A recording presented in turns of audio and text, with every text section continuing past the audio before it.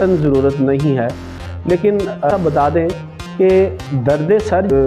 جو وجہ جو بنتی ہیں، جو وجوہات جو ابخروں کا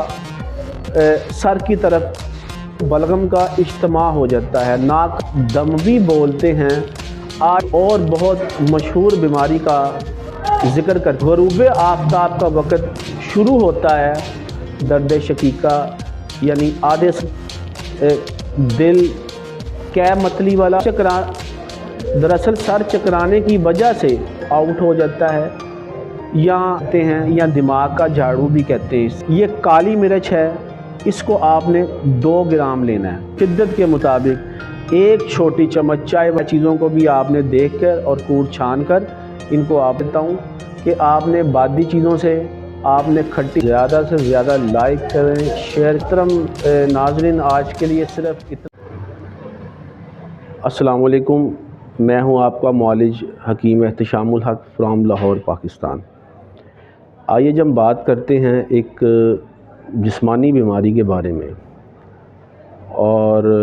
اس کا نام ہے فالج یا جس کو ہم پیرالسس بھی بولتے ہیں۔ یہ ایک اعصابی بیماری ہے، اور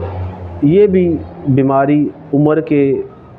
کسی حصے میں آپ کو خاص طور پہ بڑھاپے میں یا 40 سال سے اوپر کی عمر میں یہ معاملات زیادہ دیکھنے میں آتے ہیں۔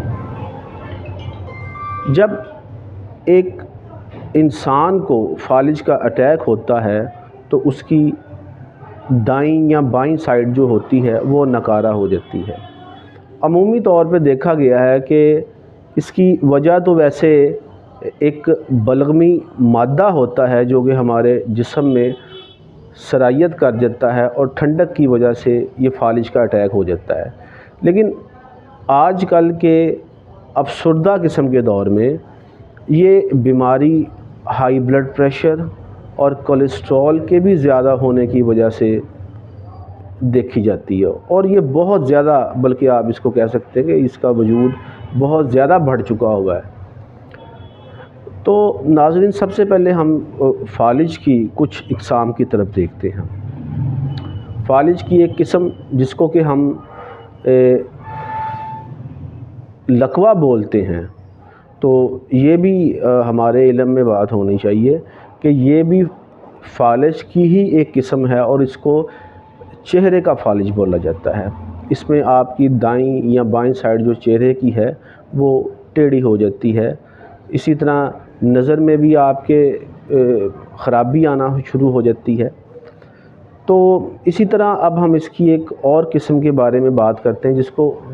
استرخاء بولتے ہیں، یعنی جو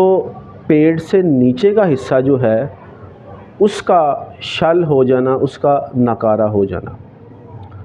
اسی طرح اس کی ایک اور قسم ہے جس کو ہم راشا بھی بولتے ہیں، کہ جس میں ہمارے ہاتھ پاؤں جو ہیں، خاص طور پہ جو ہمارے ہاتھ ہیں ان میں کپ کپی، گردن میں اکڑاؤ آنا شروع ہو جاتا ہے، گردن میں بھی کپ کپی آنی شروع ہو جاتی ہے۔ تو ناظرین کیوں نہ ہم سب سے پہلے اب اس کے علاج کی طرف دیکھیں۔ جب مریض کو فالج کا اٹیک ہوتا ہے تو سب سے پہلے چاہیے کہ 2 تولے شہد خالص اور 12 تولے ارگ گاؤزبان جو ہے اس کو پانی میں جوش دے کے اس کو رکھ لیا جائے، اور یہی پانی مریض کو بار بار جو ہے وہ پلایا جائے۔ کیونکہ جیسا کہ میں نے آپ کو کہا ہے کہ اگر تو فالج جو ہے وہ ہائی بلڈ پریشر یا دماغ میں کوئی سدہ کے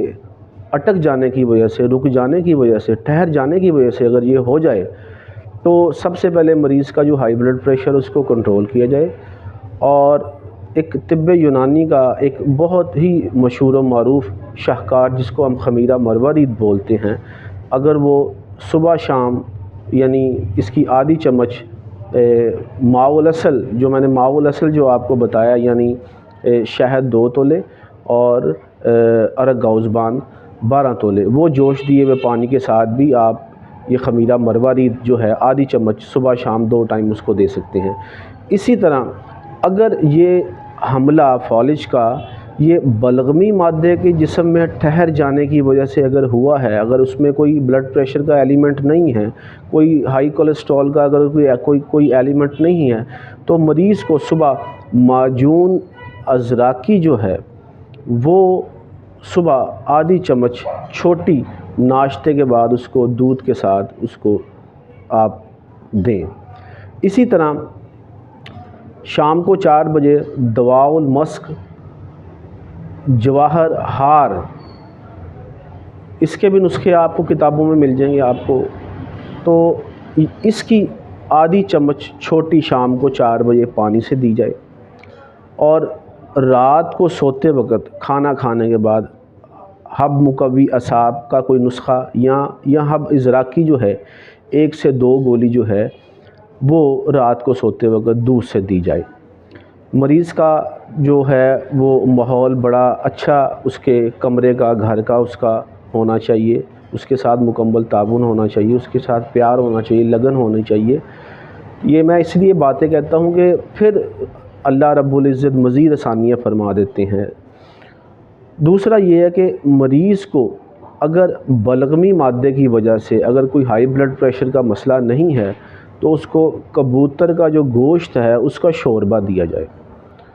شوربہ پتلا سا بنایا جائے، وہ اس کو مریض کو دیا جائے۔ تو میں امید کرتا ہوں کہ آج کا یہ جو میرا ویلاگ ہے یہ آپ کو پسند آیا ہوگا، اور آپ اس کو ضرور لائک کریں، شیئر کریں اور سبسکرائب کریں تاکہ دوسرے بھی لوگ اس سے بھرپور فائدہ اٹھا سکیں۔ آج کے لیے صرف اتنا ہی۔ اللہ حافظ۔